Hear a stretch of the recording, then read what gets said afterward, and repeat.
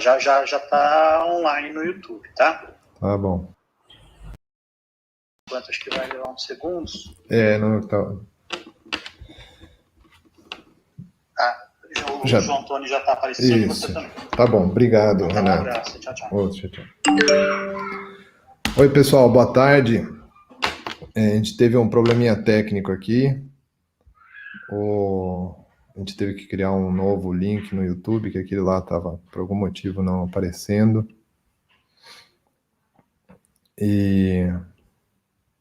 Então, se vocês quiserem ir comentando, deixando comentários, a gente vai repassando aqui para o João.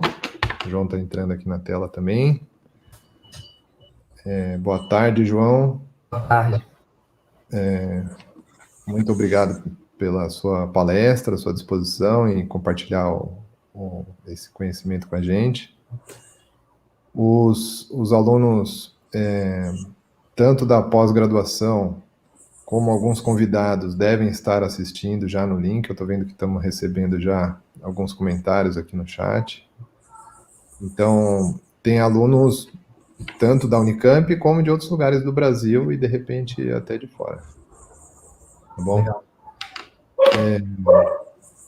A palestra de hoje é interessante, é um dos pontos positivos da gente estar na pandemia, porque a gente pode chamar alguém que, teoricamente, estava nos Estados Unidos, mas eu sei que o João ele já me comentou aqui que está em Vitória, no Espírito Santo.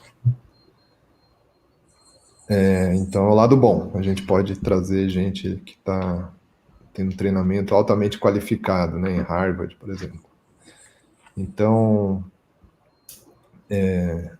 João, você, antes de começar, só gostaria de falar rapidamente do seu background, assim, o que você fez de mestrado, doutorado e pós, rapidinho? Uhum. Bom, eu sou capixaba, né, como o Felipe falou, nascido nas margens do Rio Doce, em Colatina, e depois me mudei para Vitória, onde eu fiz minha graduação na UFS, na Universidade Federal do Espírito Santo. E trabalhei com a professora Leonora Costa, na época, da graduação e do mestrado, né, trabalhando com biogeografia. Era um laboratório de mamíferos, mas a Leo tenta integrar essa questão de diversos táxons, né, fazer multitáxon. Então, deu oportunidade para mim trabalhar com anfíbios, tanto no mestrado e na graduação, então foi bem legal. Depois do mestrado, quem me orientou no mestrado foi a doutora Ana Carnaval, né? Então, eu fui para a City College assim que eu terminei, passei uns meses lá. Foi minha primeira experiência nos Estados Unidos, foi fantástico. E de lá, através da Ana, eu conheci o Rafael de Sá, que é um professor na Universidade de Richmond, que tinha me convidado para ajudar ele a escrever um grant. A gente escreveu e ganhamos o grant. Então, aí depois, em 2012, eu fui para Richmond trabalhar com o Rafael logo após o mestrado.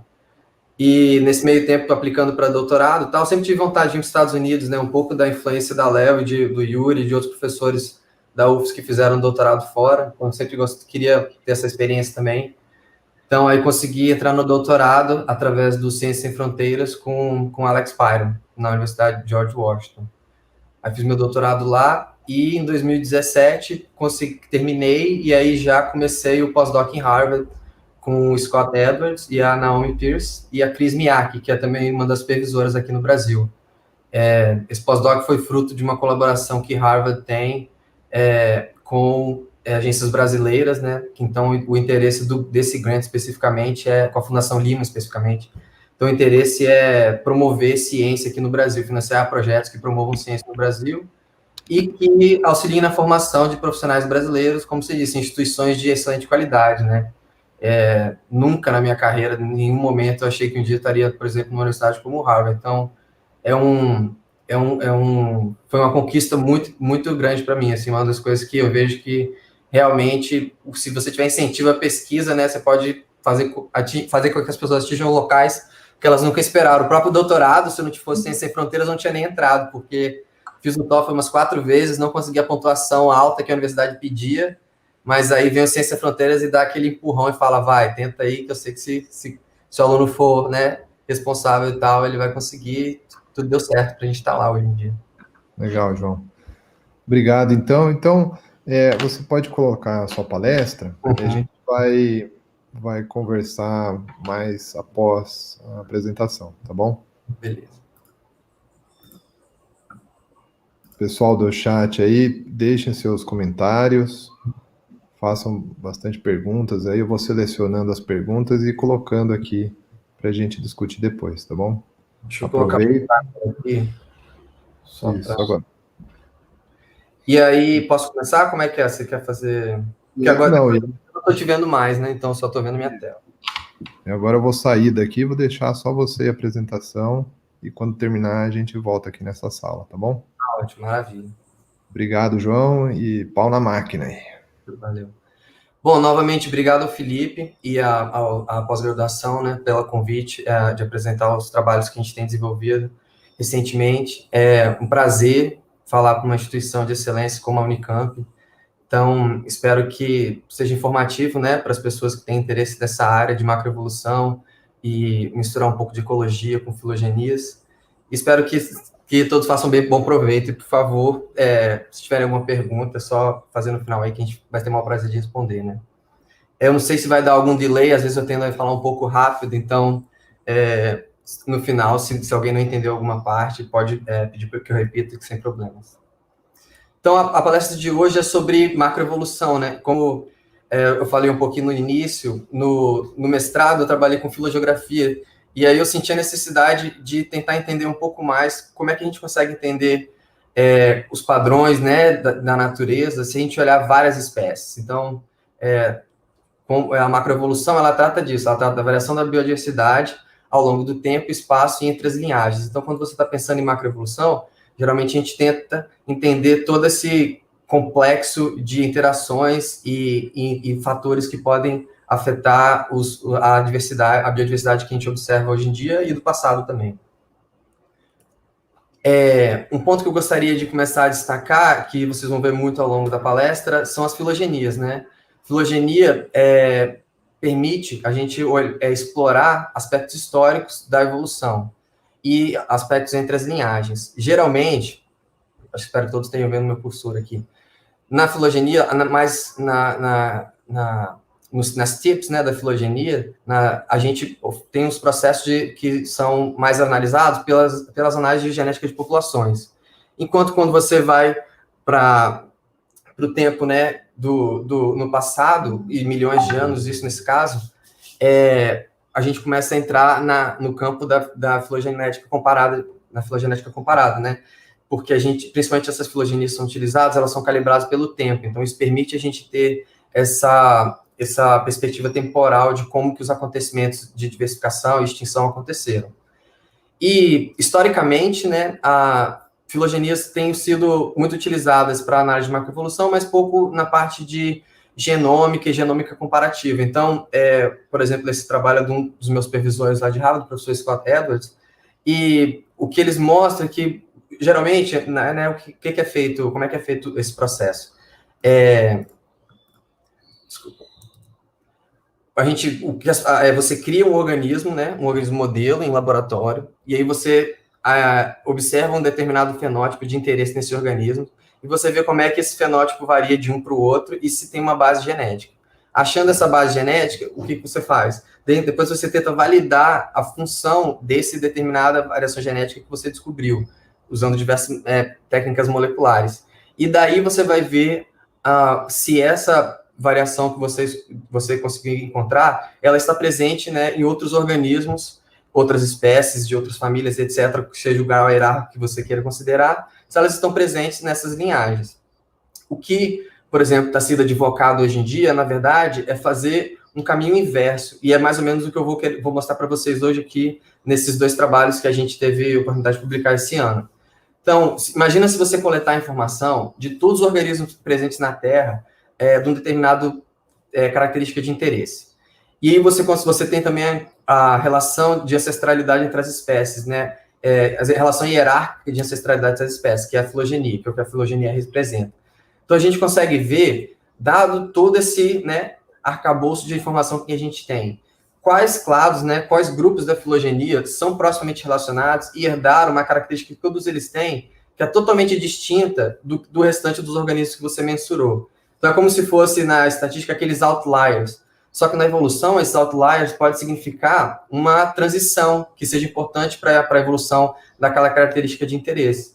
Então, uma vez identificadas essas transições, né, aí a gente tenta entender, sequenciar o genoma desses organismos, ver se tem uma base genética, né, entre os organismos que têm essa convergência do fenótipo, que fizeram essa transição juntos, e começar a usar métodos moleculares para testar a função, seja vendo onde a cromatina está aberta, enquanto está sendo produzido daquele determinado pedaço do DNA, e depois validar com experimentos funcionais, como, por exemplo, embrião, fazendo knockout de alguns genes, etc., desse gene de interesse. Então, esse é mais ou menos a perspectiva, né, que eu estou utilizando nas minhas pesquisas de macroevolução. Eu tento coletar um volume de dados ecológicos e morfológicos para o maior número de espécies possíveis, usando dados de literatura, muito facilitado pela política de compartilhamento de dados de hoje em dia, o que é excelente, né? Permite a gente conseguir agrupar dados para milhares de espécies em pouco tempo, ou pelo menos em tempo hábil de conseguir terminar um doutorado, e a disponibilidade de recursos computacionais também, como nunca se teve antes. Então, esses são mais ou menos o framework que vocês vão ver aqui nos trabalhos que eu vou apresentar. Então, o que a gente vai falar é justamente sobre essas transições, né? Essas transições ecológicas e evolutivas. Então, só para dar uns exemplos de transições clássicas, essa transição, né, da água para a terra, que ocorreu em tetrápodes, então, ocasionou em diversas modificações fenotípicas, né, e irradiando diversos ecomorfos, né, de vários grupos que fizeram essa transição. E uma outra transição que o laboratório do professor Escola teve a oportunidade de publicar foi das aves de ratitas, né, que são as aves que perderam a capacidade de voar.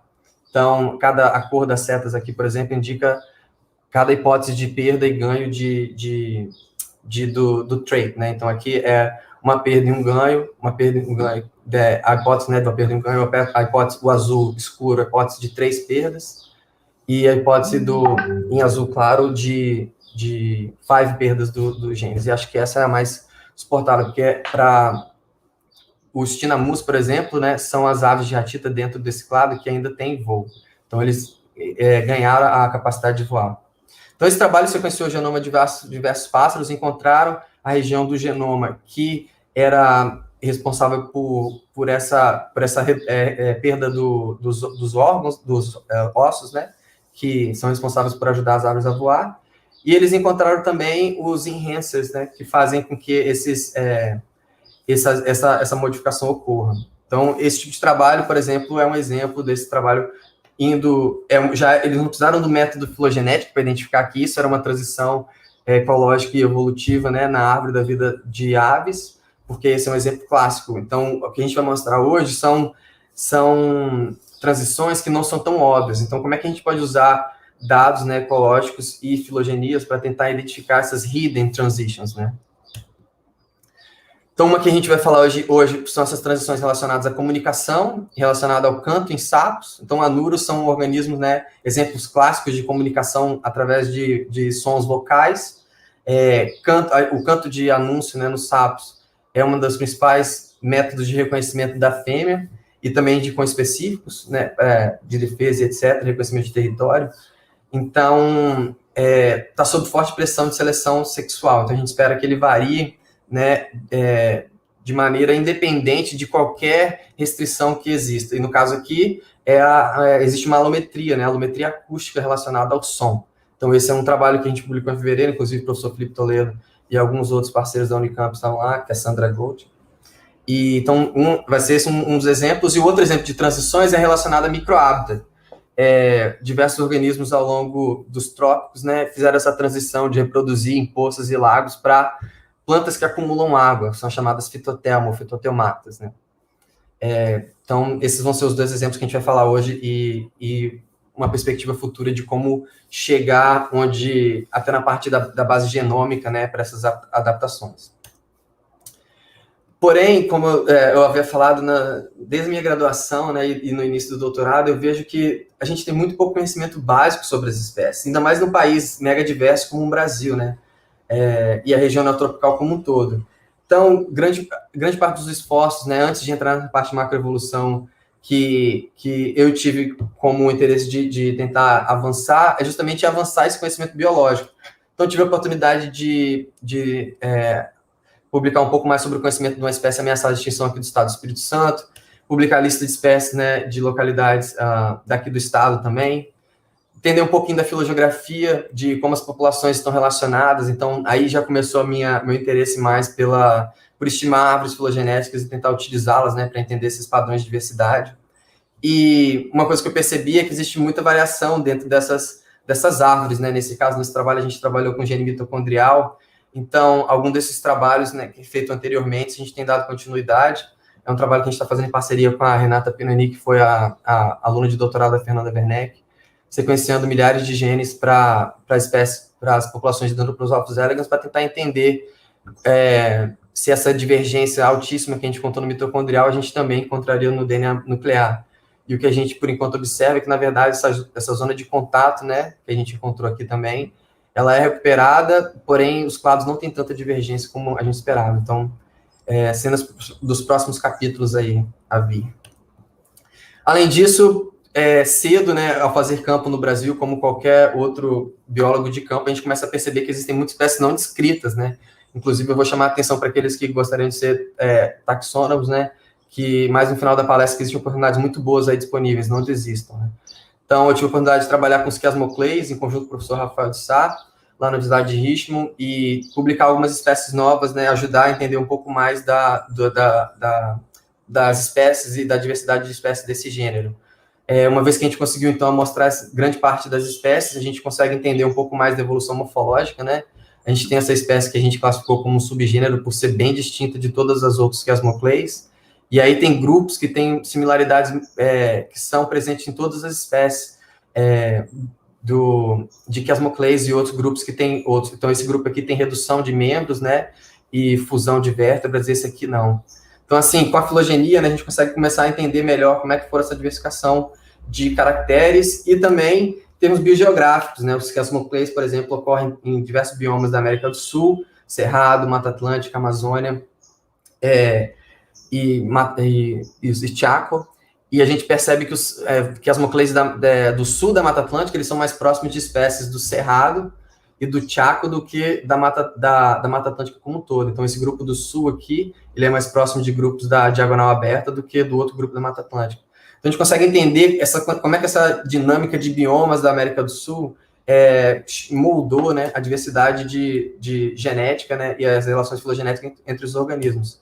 Além de hipóteses de espécies, por exemplo, aqui as Chiasmocleides, a gente prevê que existam de 27 a 55 espécies, então o gênero atualmente tem cerca de 32. Só para você ter ideia, aqui a gente tem uma amostragem intrapopulacional, né, então tem diversas amostras para a mesma espécie, e para recuperar todas as espécies descritas, né, então esse método é um método que a gente tem o threshold, então você traça umas linhas aqui, e a partir daí você considera espécie.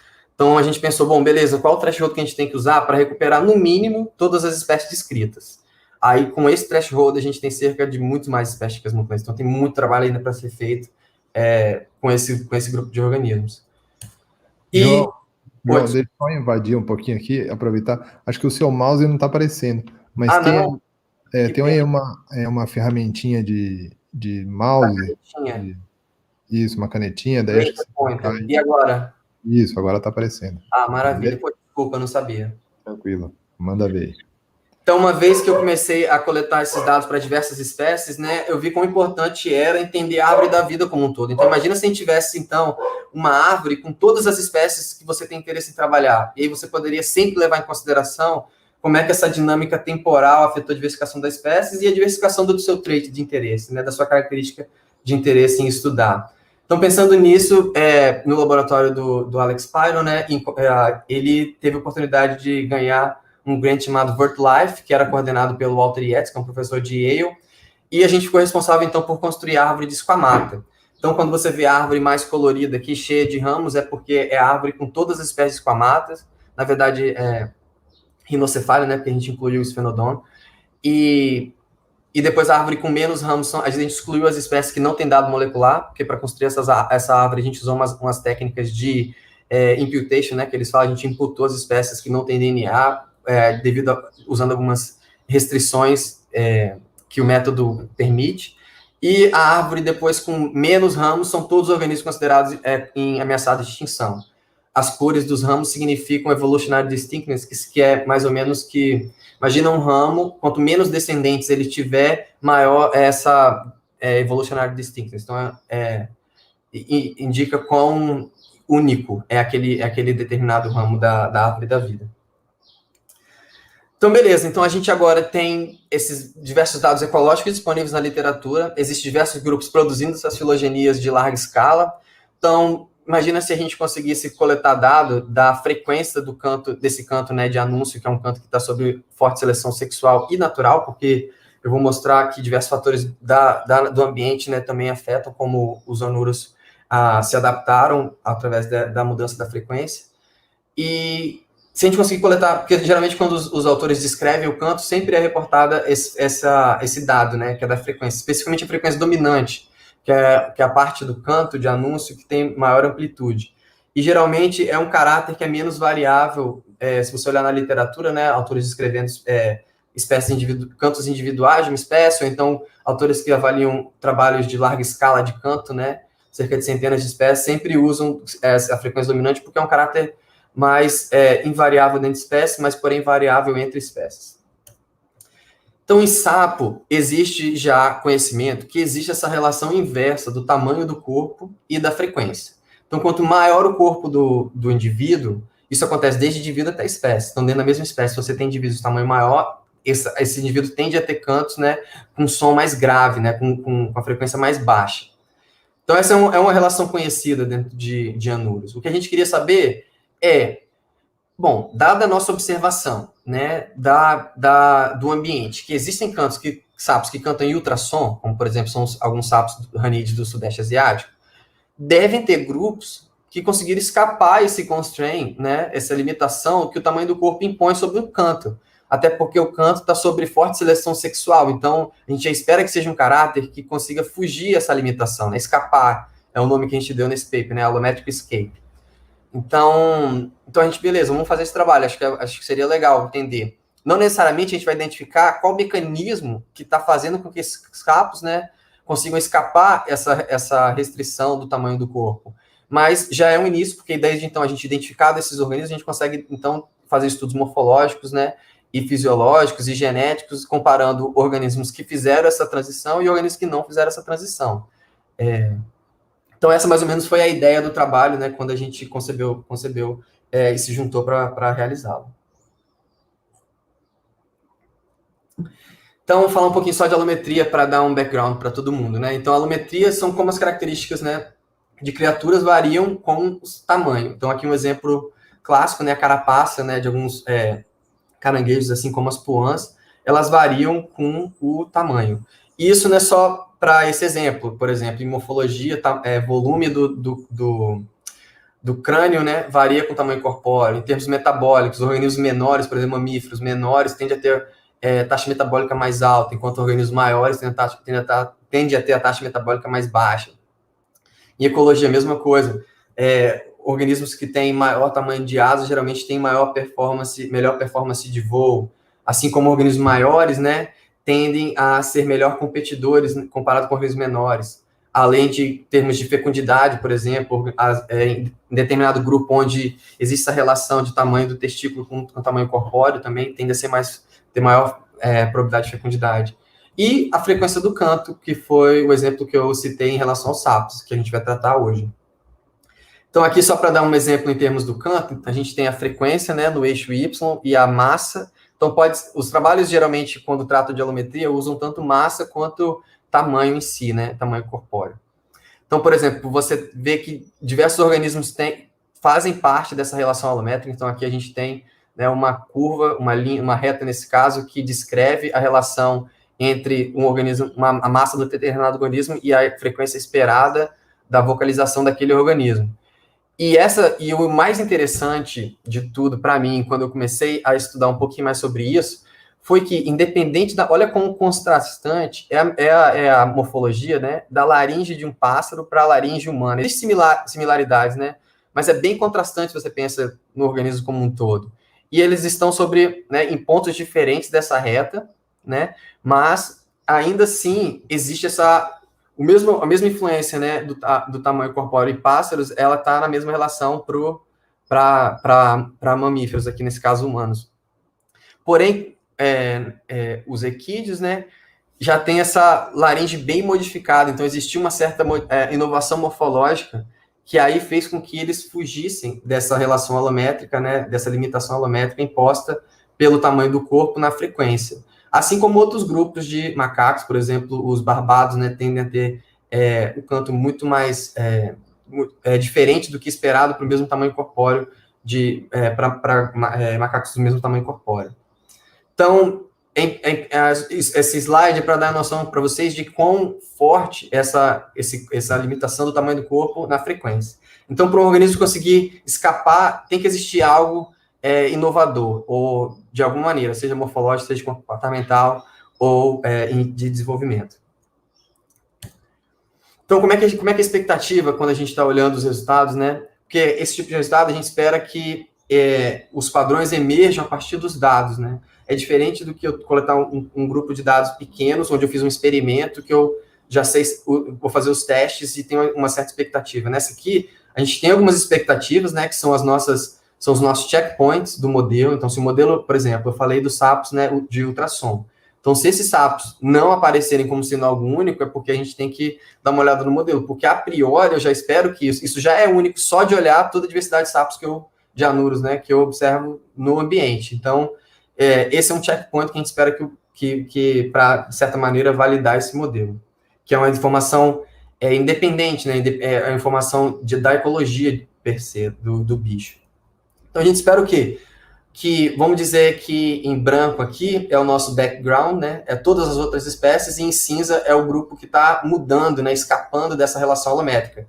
Então, essa mudança pode ocorrer em termos tanto do intercepto, né? Que é o ponto no eixo Y, aqui no caso nem está encostando, vai encostar aqui embaixo, mas como da inclinação da reta. E a inclinação da reta, ela significa essa força da influência do tamanho corpóreo na frequência.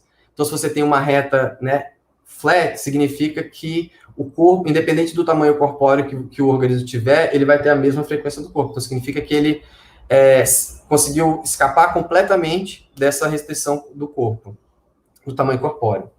Por outro lado, ele pode ainda continuar limitado, né, ter a mesma inclinação, então a mesma força, porém mudar em termos como eu disse, do intercepto, né, qual o valor de frequência, geralmente, que esses sapos vão emitir. Então, limita um diferente parâmetro do espaço. Assim como um deslocamento, em termos de esse grupo do background conseguiria explorar um parâmetro espacial que esse outro grupo não consegue.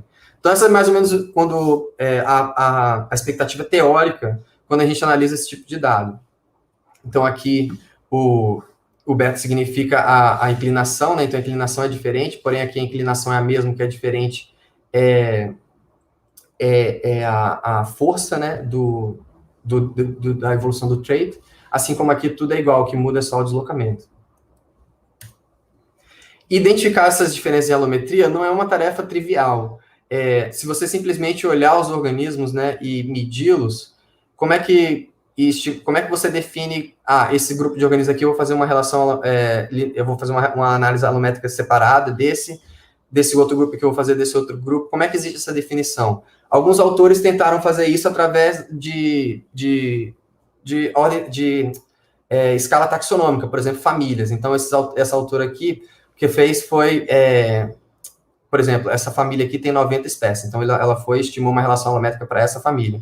Porém, essa aqui tem 319 espécies, beleza, estimou uma outra relação alométrica. Vocês conseguem ver como essa é totalmente diferente dessa? Então, se esses organismos forem mais proximamente relacionados de si, né, e essa característica de ter essa alometria diferente se originou no ancestral, de repente, essa foi um escape, né, da alometria. Porém, nesse ameiuco aqui, vocês conseguem ver que diversas, né, famílias têm a mesma relação alométrica. Então, de repente, elas estão agrupadas no mesmo regime, né, evolutivo dessa relação do tamanho corpóreo com a frequência.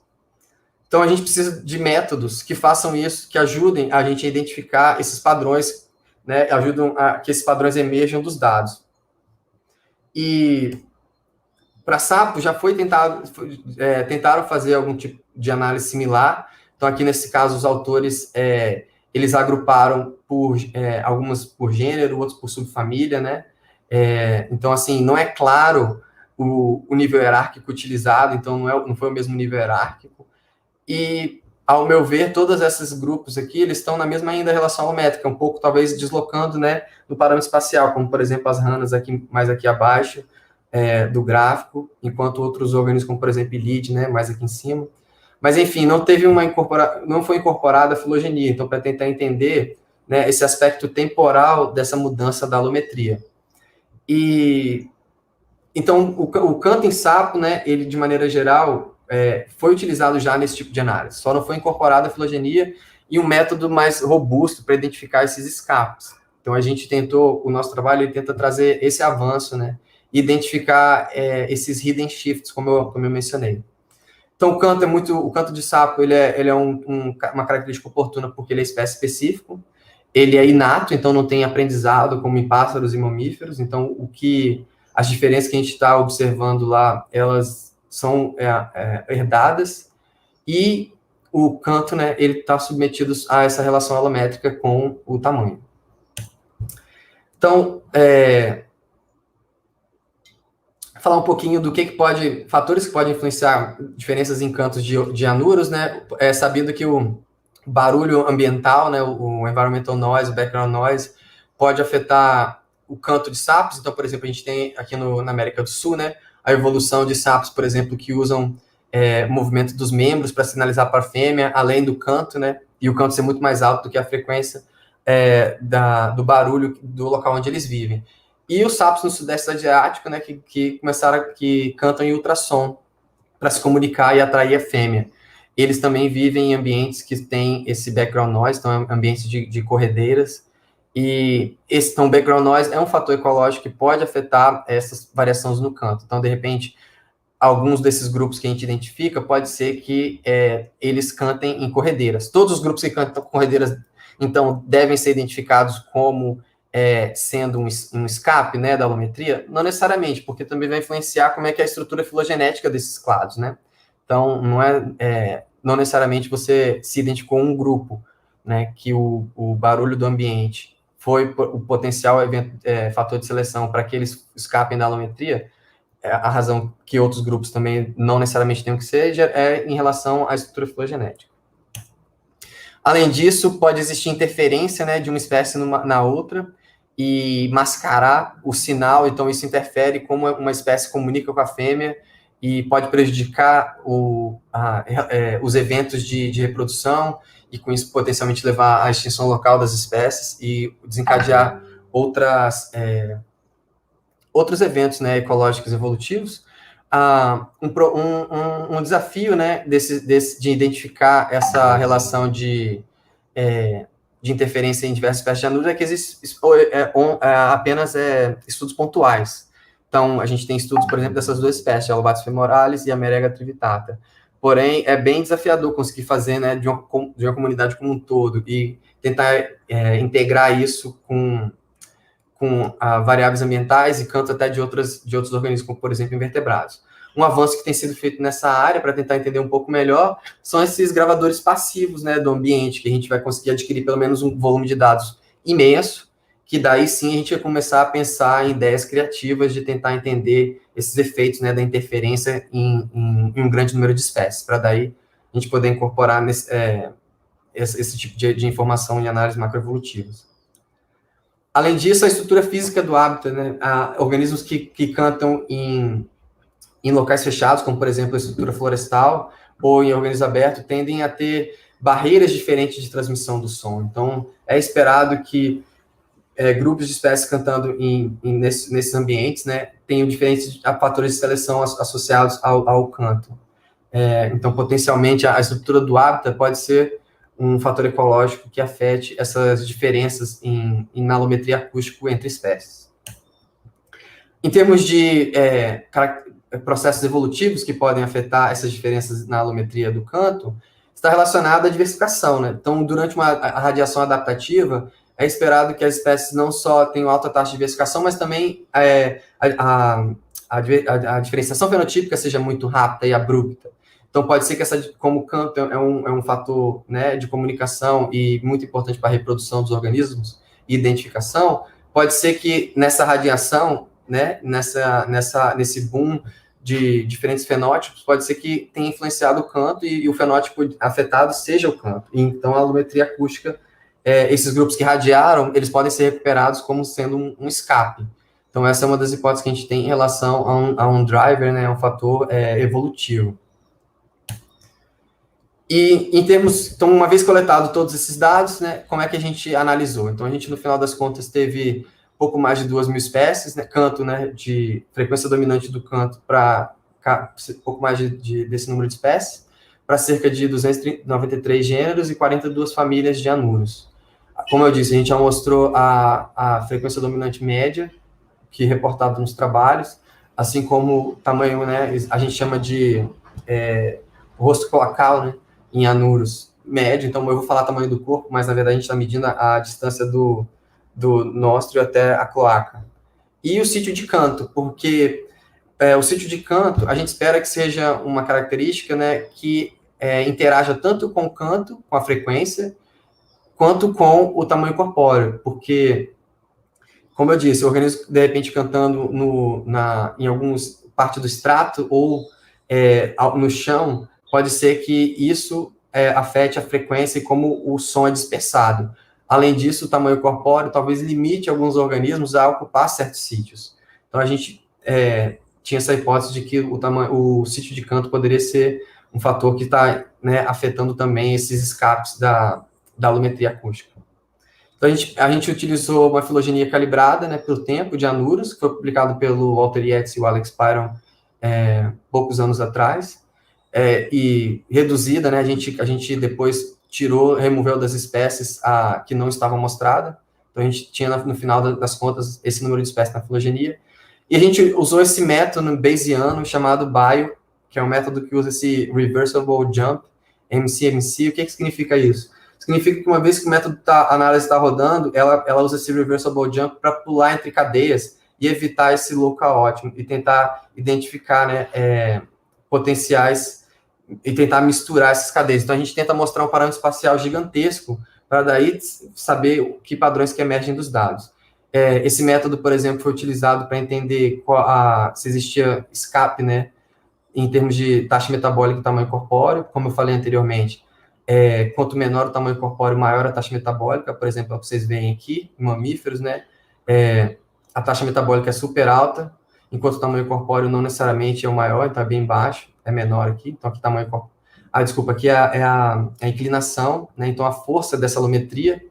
Então, aqui valores maiores, então a alometria é bem forte, né, em lagartos, né, esquamatas, e não tão forte aqui em mamíferos, apesar deles terem um intercepto alto. Então, no eixo Y, essa curva, ela toca o eixo Y num ponto mais alto do que para outros grupos, com cores menos vibrantes, né.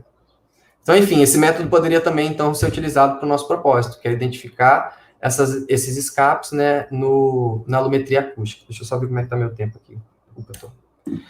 Então, isso demorou bastante tempo, demorou cerca de 70 mil horas computacionais, né, que foi equivalente a 97 meses se a gente rodando um único CPU. Então, o que a gente identificou? Se a gente usar o método filogenético ou simplesmente fazer uma análise linear, o tamanho do corpo explica 52% da variação que a gente encontra na frequência dominante. Além disso, a gente identificou que o sítio do canto afeta, sim, a alometria acústica, então ele é importante para a definição do modelo. Então, o melhor modelo escolhido é aquele modelo que incorpora tamanho do corpo e uma interação entre tamanho do corpo e frequência dominante e sítio de canto. Então, aqui em cada cor, você tem espécies que cantam submersas na água. Em preto, a gente tem a relação alométrica de espécies que cantam no chão, né? E em vermelho, a gente tem a relação alométrica de espécies que cantam empoleiradas. Então, os grupos que apresentaram esses shifts foram, né, os ranídeos do Sudeste Asiático, como esperado. Então, eles cantam muito mais alto do que esperado para o tamanho corpóreo deles, considerando esse background. Então, eles têm um certo overlap aqui no intercepto, mas você vê que a força a inclinação é totalmente distinta do que é esperado pelo background das outras espécies de sapos, né? Então, em cinza aqui nos gráficos é todas as outras espécies de sapos que não fazem parte desses chifres.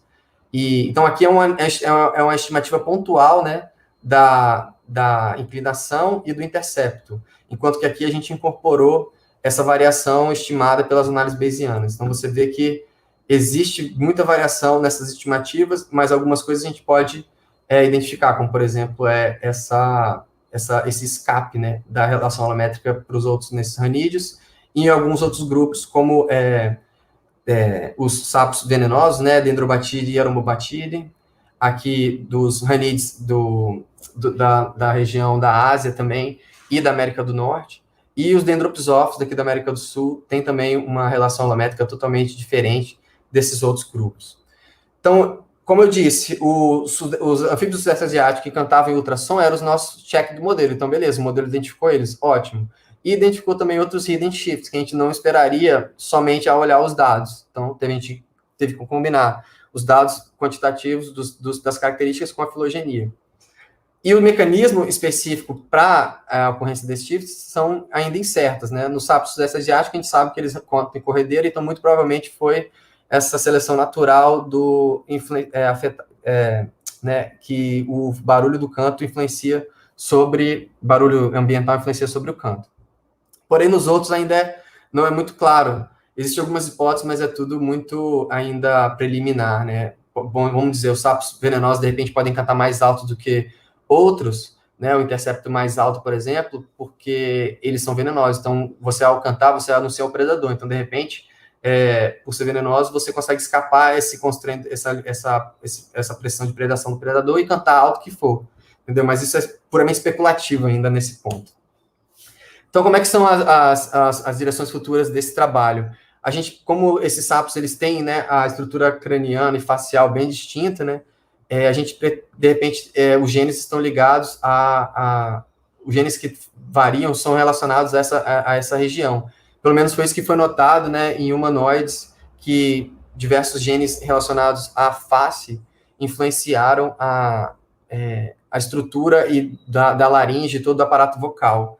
Então, a gente pretende sequenciar o genoma de sapos que estão nos shifts e sapos do background, então, fazer a comparação, né, para tentar entender se a gente consegue identificar alguns desses genes responsáveis pelos shifts alométricos. Então, desse capítulo era isso. Então, agora a gente vai para a seleção de microapta, e eu sei que eu estou apertado do tempo, mas eu vou apertar o passo aqui. Então, uma maneira também de identificar transições é transições ecológicas, comportamentais. Então, a transição que a gente tentou avaliar nesse trabalho foi essa transição de poças e lagos, né, para reproduzir em corpos d'água formados por plantas, que são as fitotelmas. Então, fitotelmata, né, ocorre não somente na região tropical, mas, por exemplo, também no Sudeste Asiático, onde tem os sapos do bambu, mas, no geral, são plantas que acumulam água. Pode ser bambu, pode ser casca de fruto, pode ser bromélia, né, que é o exemplo clássico, helicônia e buracos em árvores. Então, existem as relações entre as comunidades de cada fitotelmata são distintas, então, cada fitotelmata pode ter uma determinada pressão de seleção distinta.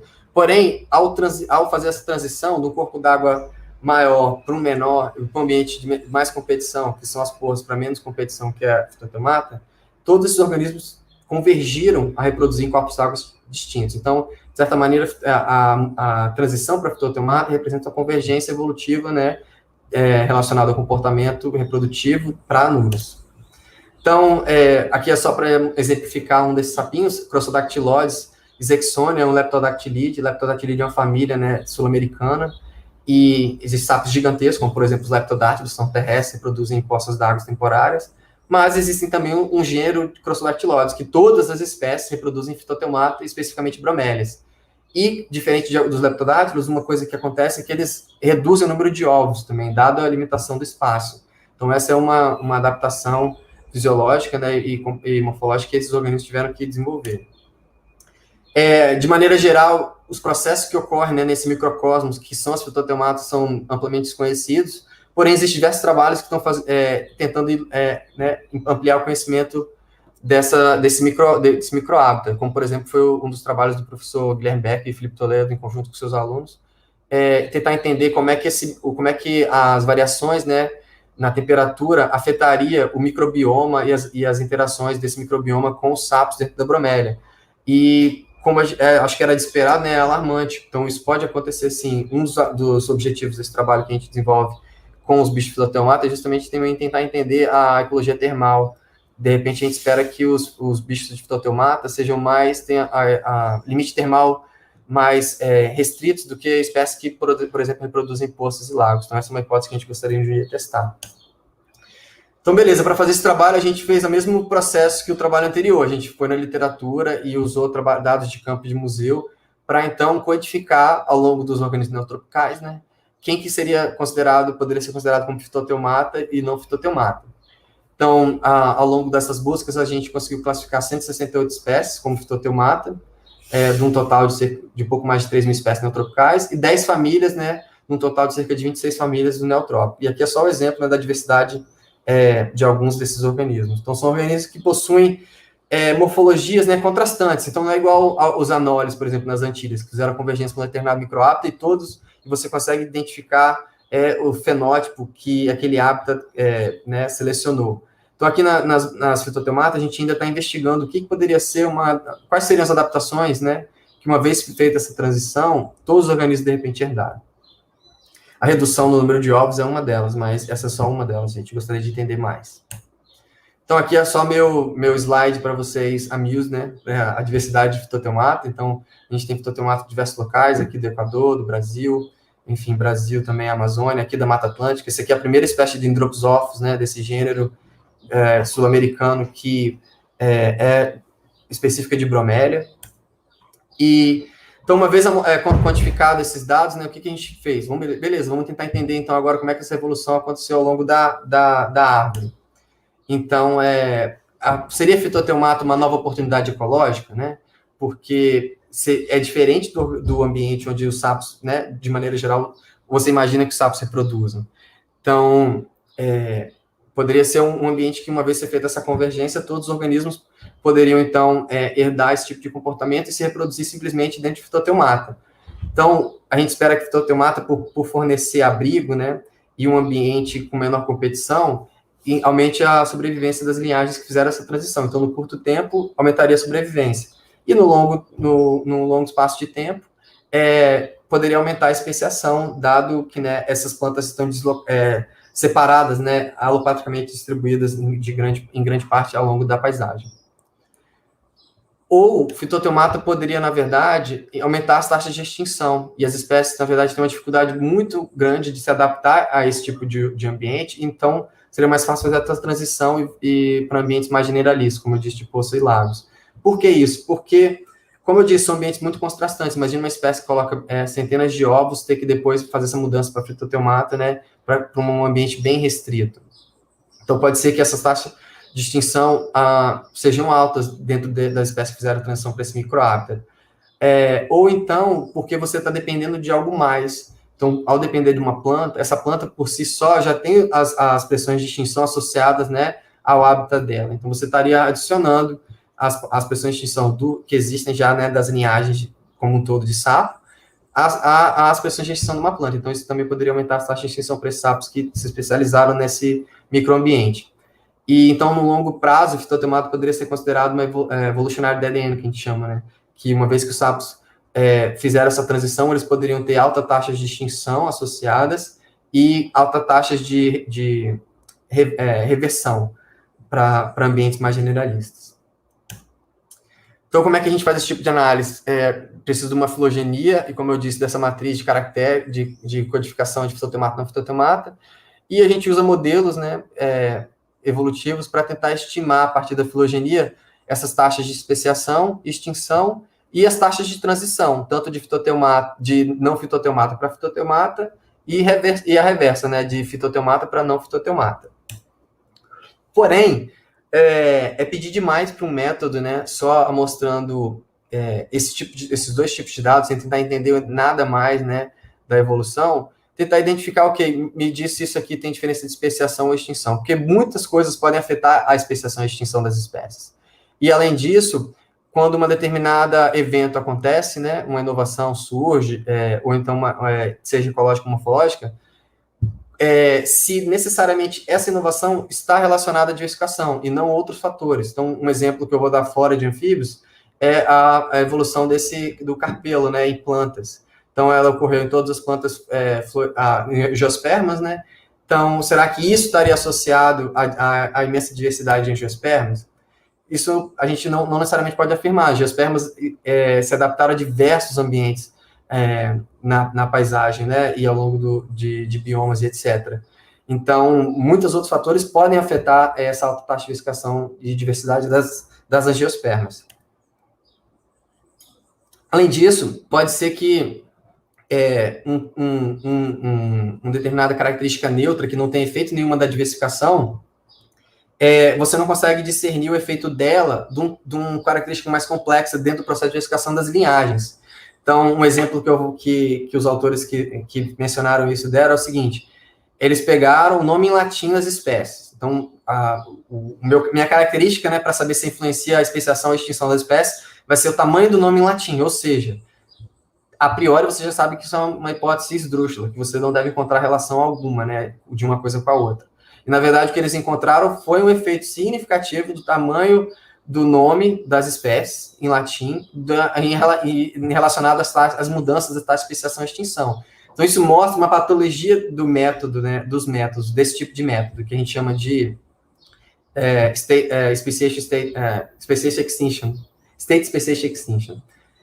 Então, diversos autores perceberam isso. Então, perceberam também que talvez a sua característica de interesse não seja aquela característica de fato responsável pela alta diversificação do grupo. Então, uma característica que é compartilhada num grupo de espécies, vamos dizer assim, num clado, geralmente dificilmente ela vai ser extrapolada a ponto, né, da árvore da vida daquele grupo como um todo.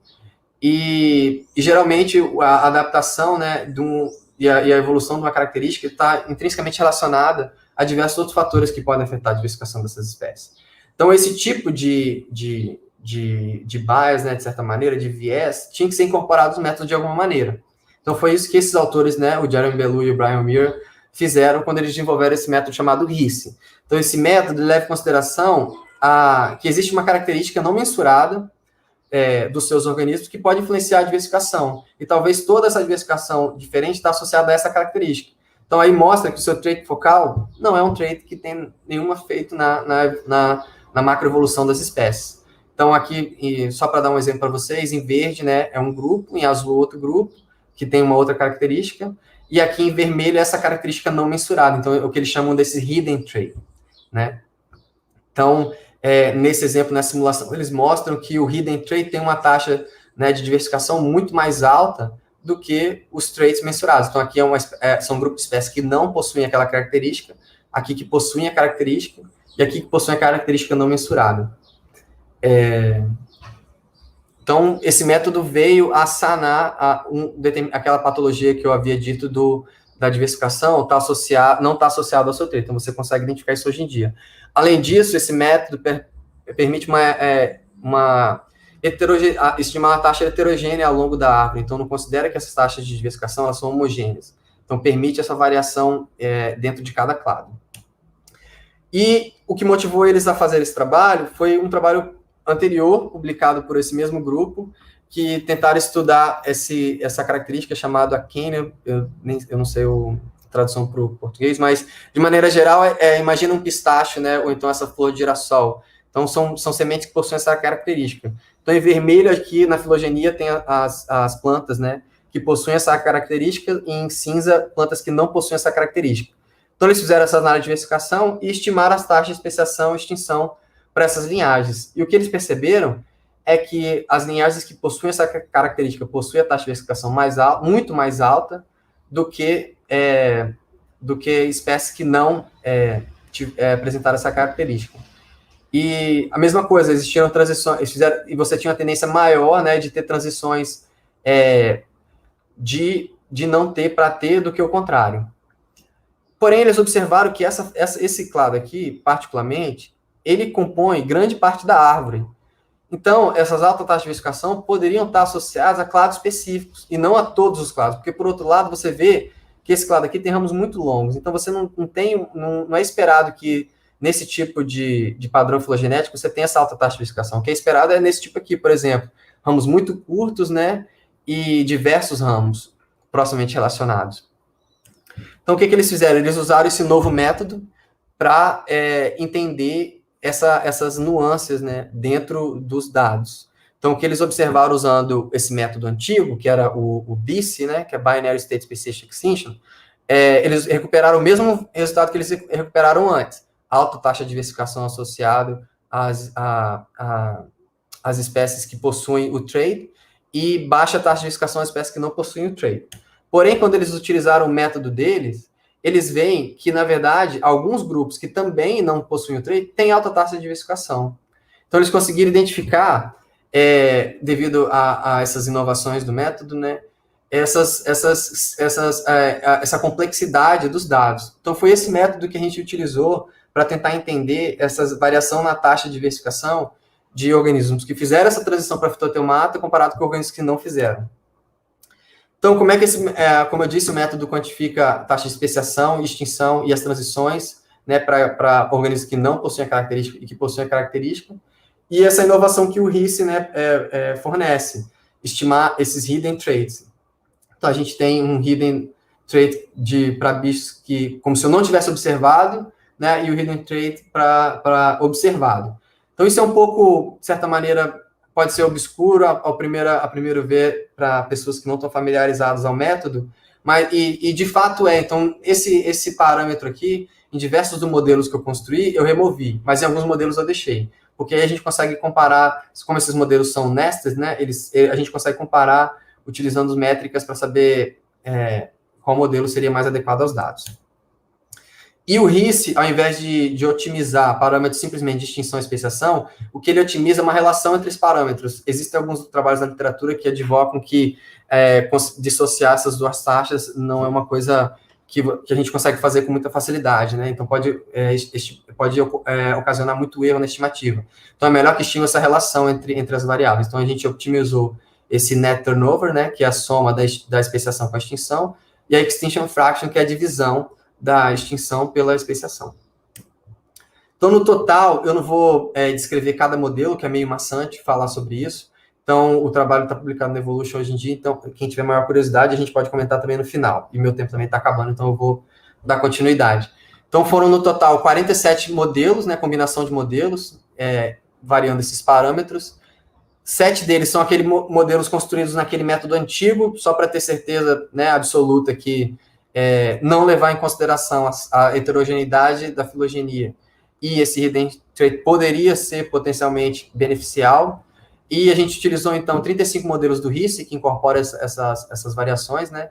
E 5 modelos que, então, poderiam dizer para a gente que fitoteomata e nem o caráter não observado não influenciam a diversificação, as mudanças na taxa de especiação das linhagens. Então, significa que toda a diversificação que a gente observa, né, de fitoteomata é totalmente independente desse caráter que a gente está analisando. Então, dentre esses modelos, esses 5 modelos também foram construídos dentro do RISC, né?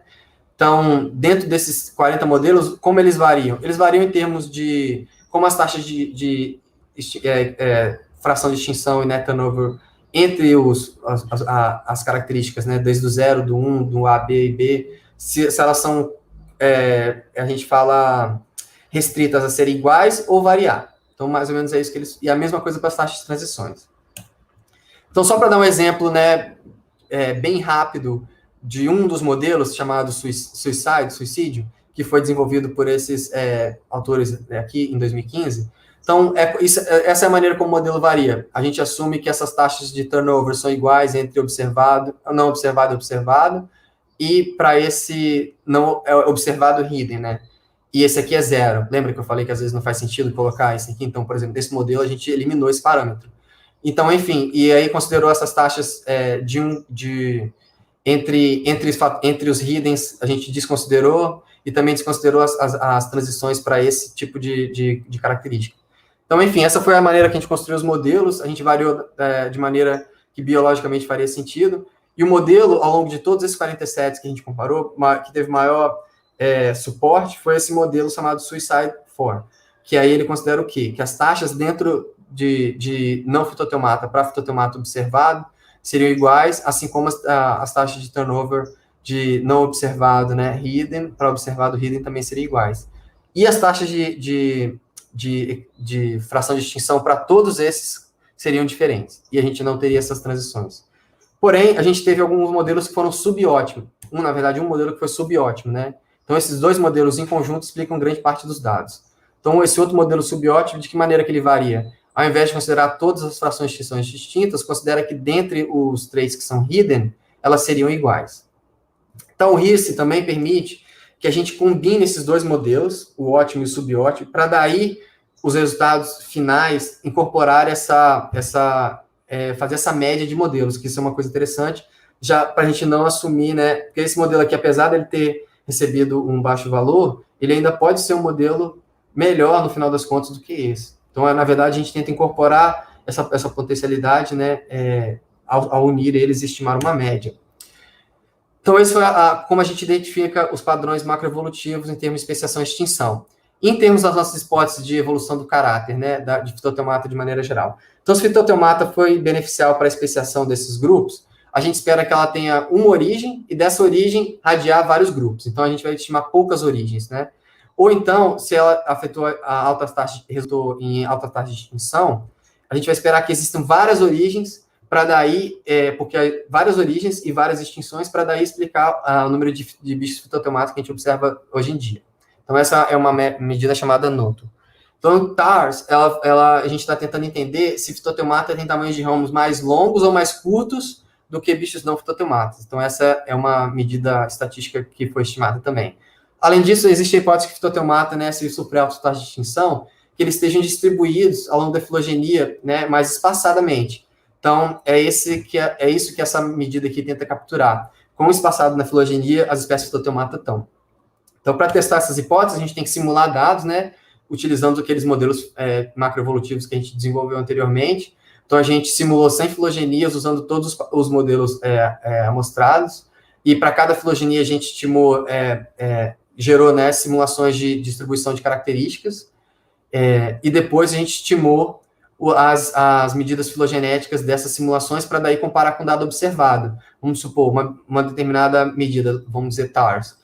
O TARS observado é maior ou menor, né, do que o TARS das simulações. Com isso, então, a gente pode dizer, o fitoteomata tende a ter ramos mais curtos ou mais longos do que o esperado.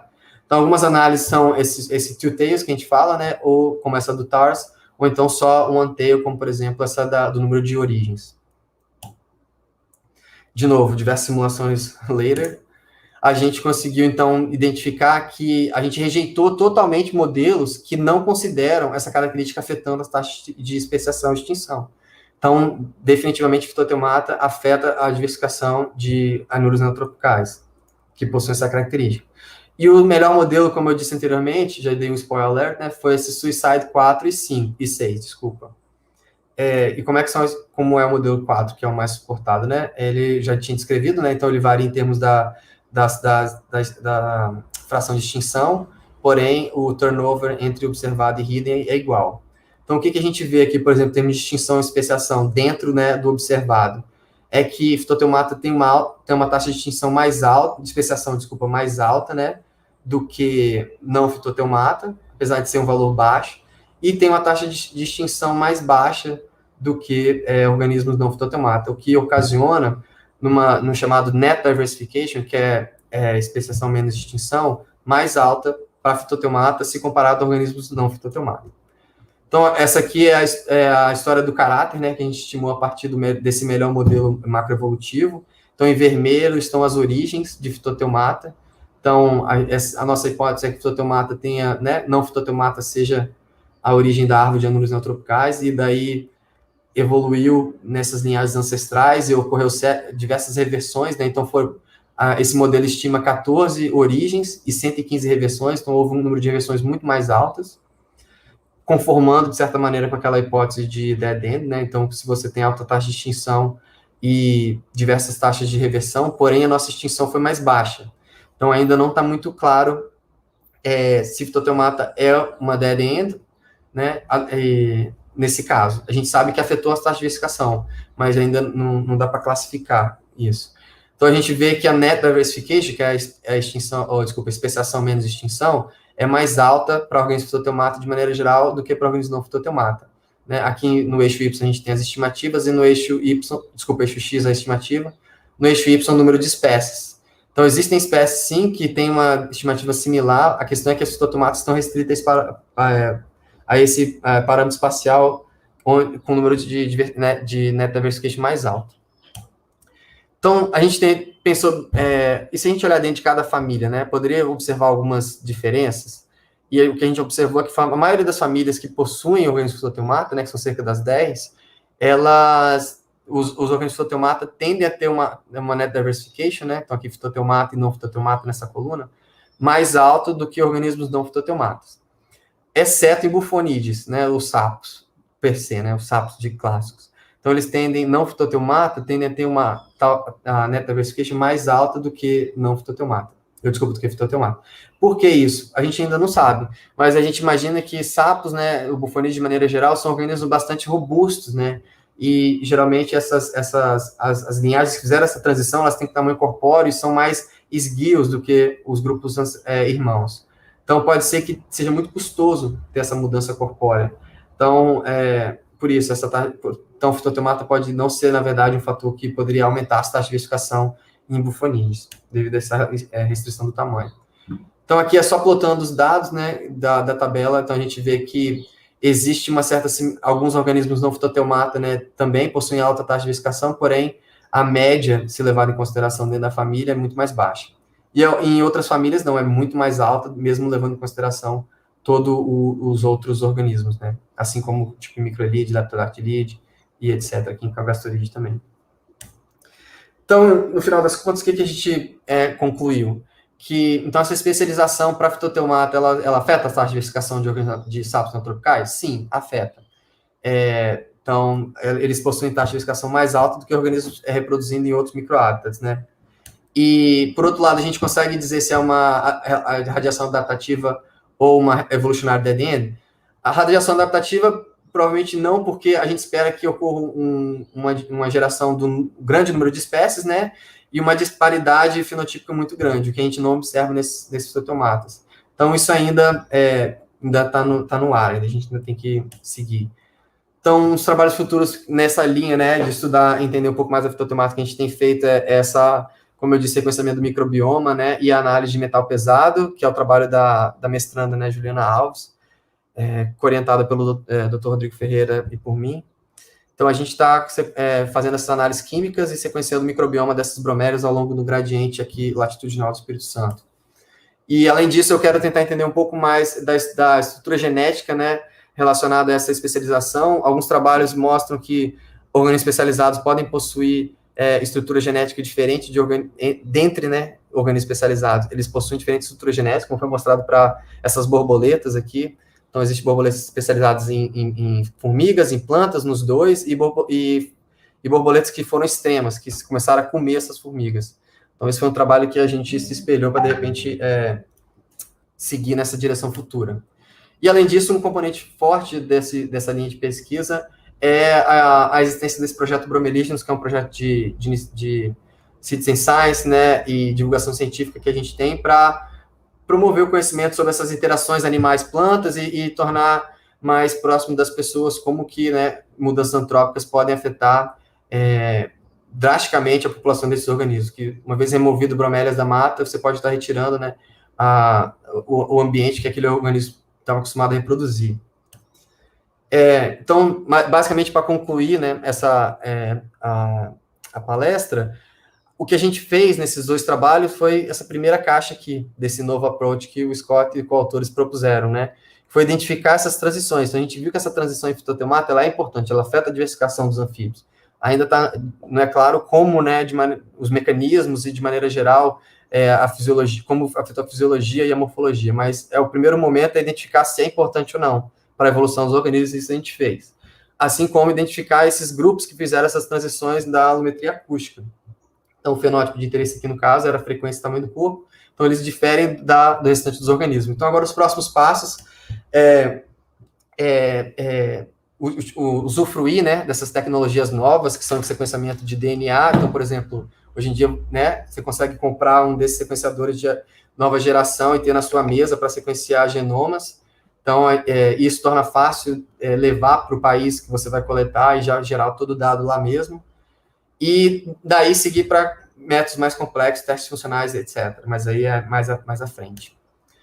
Então, de maneira geral, eu gostaria de concluir falando que, né, a evolução é um processo bem dinâmico e, geralmente, ela tende a afetar as taxas de especiação e extinção das espécies ao longo de largas escalas temporais, como a gente vê ao longo do registro fóssil. Porém, esses impactos do antropoceno, né, e os impactos humanos no ambiente, está modificando a ecologia das espécies. A gente consegue observar isso, não é falar, a gente consegue quantificar como esses efeitos são, como maléficos esses são os efeitos. E isso pode levar no futuro, né, à extinção de espécies, principalmente espécies endêmicas e restritas a determinados locais. Por exemplo, essa espécie, né, esse trabalho de Synax nasicus ou nasicus, observou que o barulho do ambiente afeta a frequência do canto dessas populações que estão mais expostas a ambientes urbanos. Então, isso pode afetar com que as fêmeas não reconheçam mais o canto das espécies, né, e com isso diminua a reprodução e, ao longo do tempo, possivelmente a extinção local daquela população.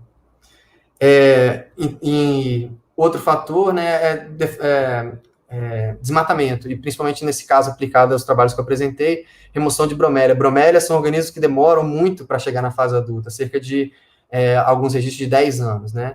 Então, assim, uma vez removida da mata, para a recolonização pode ser que demore muito tempo. Então, esse é um ponto que a gente tenta avaliar também ao longo desses estudos com fitoteomata. E, além disso, um ponto desafiador é que a gente está passando por uma crise de biodiversidade, existe um grande negacionismo de dados, né? A gente ainda está tendo que explicar para as pessoas que a Terra não é plana. Então, isso demanda muita energia de cientistas e pesquisadores e pessoas que advocam, né, pelo conhecimento científico. Então, acho que a gente tem que, né, ganhar energia um do outro e se fortalecer para tentar explicar para essa população de maneira geral, né, ter muita paciência e calma, mostrar que através de dados, né, que o que a gente está observando na natureza é verídico. E, por exemplo, só para dar um exemplo, né, em 100 anos, de 10 mil espécies devem ser extintas. Desde 1990, os registros da IUCN mostram que 477 espécies de vertebrados foram extintas, né? Aqui só descrevendo dentro de cada grupo. Então, você vê anfíbios como um grupo que se destaca, né, assim como peixes. Então, a gente está modificando o ambiente, está afetando, então a gente tem que prestar um pouco de atenção de diversas maneiras, né, como a gente age no dia a dia e também como a gente, né, vota de maneira geral. A gente tem que sempre, acho que, prezar por governantes que identificam nos dados, né, um direcionamento. Então, só para finalizar, né, com algo positivo, recentemente, em conjunto com o professor Rafael de Sá, que foi um grande colaborador, amigo e mentor, que ainda né, nesse caso, a gente vai para, como eu comentei no começo com o Felipe, a gente vai retornar para Richmond no ano que vem para desenvolver um projeto financiado pelo NSF, que a gente pesquisa americana, para estudar esse gênero de anfíbios neotropicais, Elaxitocleis. Mesmo approach que a gente usou para os Chiasmocleis, porém agora usando dados genômicos. E o legal de voltar a trabalhar com organismos, né, em vez de fazer em vez da parte macroevolutiva também, né, em conjunto as duas coisas, é que a gente começa a perceber quanto a gente conhece pouco. Então, por exemplo, o comportamento de se enterrar de Elaxitocleis cesárea não era conhecido. A gente coletou aqui no Espírito Santo, aí eu coloquei o bicho no ambiente, né, para bater uma foto, o bicho foi, se enterrou, eu bati a foto.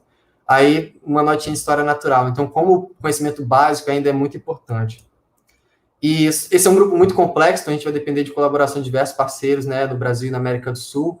Então, já deixo aí o meu convite para quem tiver interesse em colaborar nesse projeto, por favor, entre em contato comigo, professor Rafael de Sá. A gente vai ter o maior prazer em conversar e tentar estabelecer uma colaboração. Só para chamar a atenção para algumas oportunidades em Harvard. Como eu havia dito no início, Harvard nunca foi um local que eu esperava, né, um dia frequentar e trabalhar. Então, foi a partir de muitas oportunidades que promoveram o acesso a esse tipo de instituição que me fizeram chegar lá, como Ciência Sem Fronteiras e financiamentos de Harvard. E o museu é excepcional, é muito bom trabalhar dentro do museu, eu recomendo a diversas pessoas a visitarem se tiverem oportunidade. E eles têm um programa focado no Brasil. Então, esse centro, David Rockefeller Center for Latin American Studies, tem diversos financiamentos para estudantes e professores brasileiros que quiserem ir para Harvard, ou então quiserem colaborar com professores de Harvard. No começo eu mencionei que quem gostaria de ser taxonomista, para não desistir, essa fellowship chamada Edward Wilson Biodiversity Postdoc Fellowship é focado em taxonomia. Então, na proposta você tem que colocar, a proposta é basicamente isso, eu vou descrever 30 espécies, tantas espécies. E os brasileiros estão mandando muito bem, a gente já tem representatividade de 3 brasileiros que ganharam esse fellowship, né? O Diego, o Miquel e o Thiago. Então, recomendo os brasileiros a continuar aplicando para a gente, né, botar o stamp lá de excelência. E também para quem, estudantes, né, e professores quiserem visitar o museu, desenvolver algum trabalho no museu, existe esse grant para viagem. E para postdocs, que tiverem interesse em trabalhar com qualquer tema, né, relacionado a mudanças climáticas, existe esse financiamento chamado Climate Change Solution Fund, inclusive é o que me financiou nesse último ano, e ainda esse ano, né, com a grana de pesquisa. E é muito bom, excelente, foca em atividades sustentáveis e efeitos das mudanças climáticas na biodiversidade. Então é isso, eu gostaria de finalizar falando que network é uma coisa muito boa. Então, nesse período de pandemia, a gente está um pouco em casa, mas assim que a gente puder sair, vá, explore, converse com cientistas, de maneira geral, todos cientistas e entusiastas de biodiversidade que eu tive a oportunidade de conversar, foram super abertos, né? Conecte com amigos e pesquisadores que vocês têm afinidade e que a gente se fortalece, né, ao conversar, ao expor um pouco das dificuldades que cada um está passando. Então, eu fui muito grato por conhecer essas diversas pessoas que estão aí, muito mais, e isso ajudou muito na minha carreira a manter esse entusiasmo para fazer ciência, mesmo frente a todas essas adversidades que a gente passa hoje em dia, né. Então, eu gostaria só de agradecer ao laboratório ao Alex Pyro, né, que foi meu orientador no doutorado, que foi onde eu iniciei esses trabalhos que eu apresentei hoje. A Cat Henry, a gente não tinha uma foto todo mundo junto, mas nessa aqui foi uma festa de Halloween, e a ideia era imitar o Alex. Acho que ela fez muito bem, então achei legal botar essa foto dela. Agradecer ao Scott, né, e ao seu grupo lá por todo o apoio, e também a Naomi e o grupo dela por todo o suporte, né. E também às agências de financiamentos, e ao Felipe e à pós-graduação pelo convite, e fico aqui aberto a quem quiser fazer perguntas. Muito obrigado.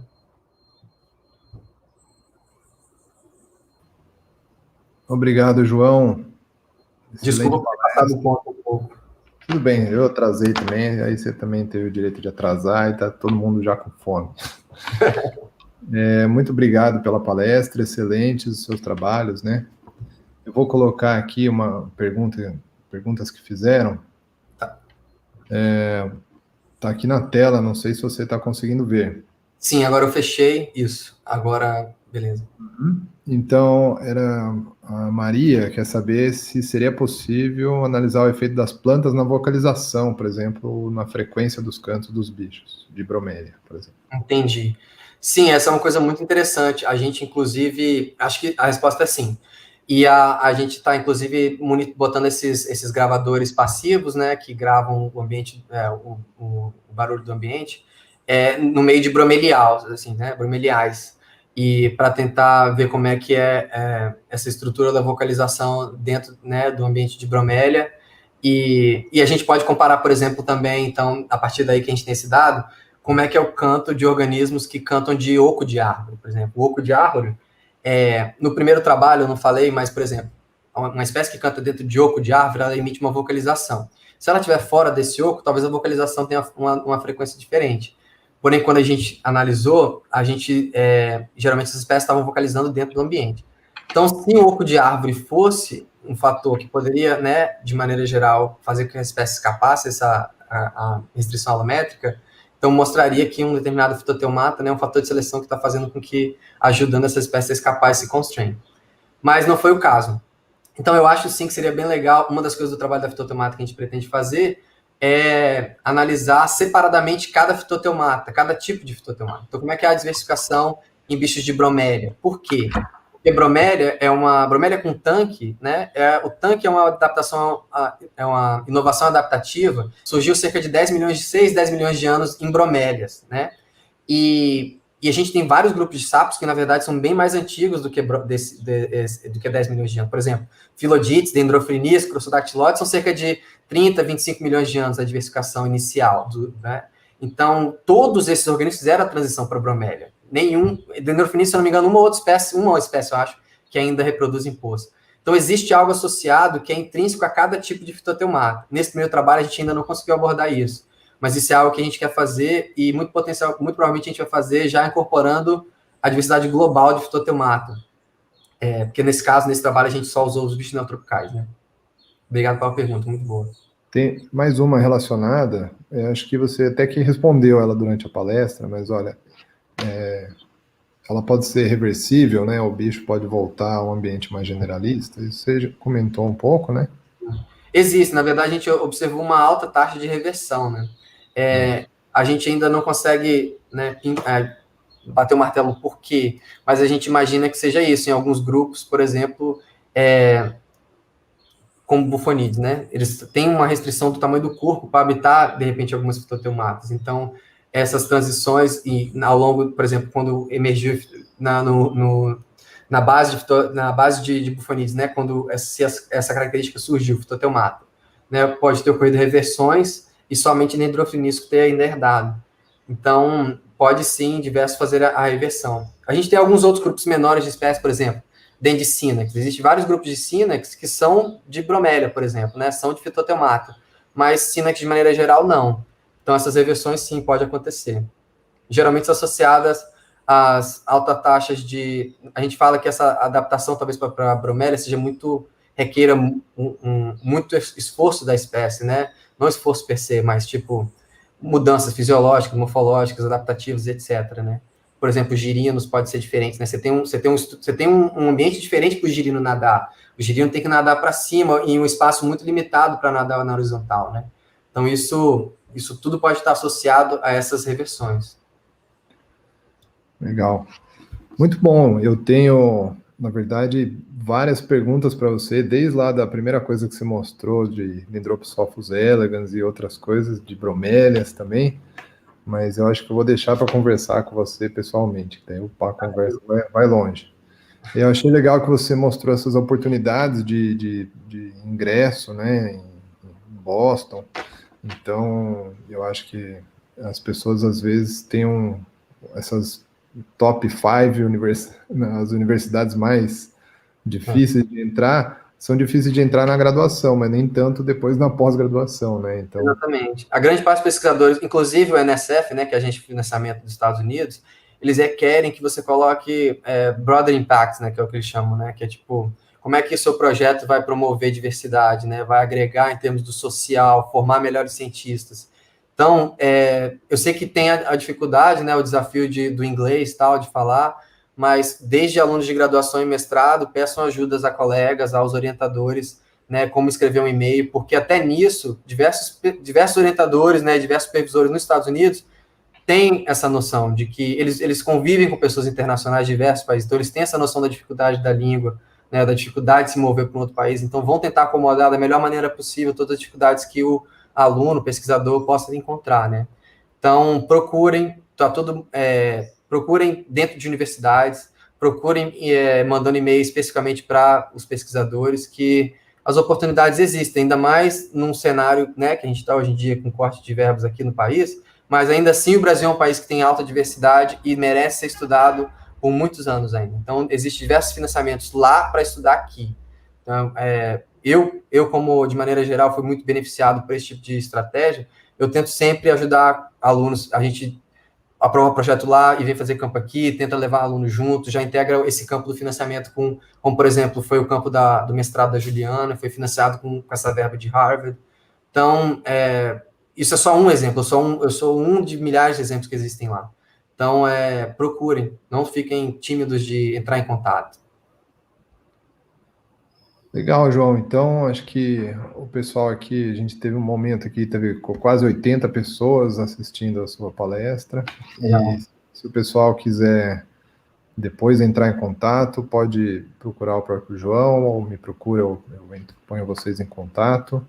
Vocês podem tirar qualquer dúvida relacionada. Tá bom? Maravilha. Agradeço aí demais o pessoal que assistiu, o João novamente, e ficamos em contato. Beleza, eu que agradeço o convite, agradeço a todos que assistiram e prestigiaram aí, e aberto a um novo convite, caso venha acontecer no futuro. Legal, obrigado, João. Valeu, obrigadão. Bom término.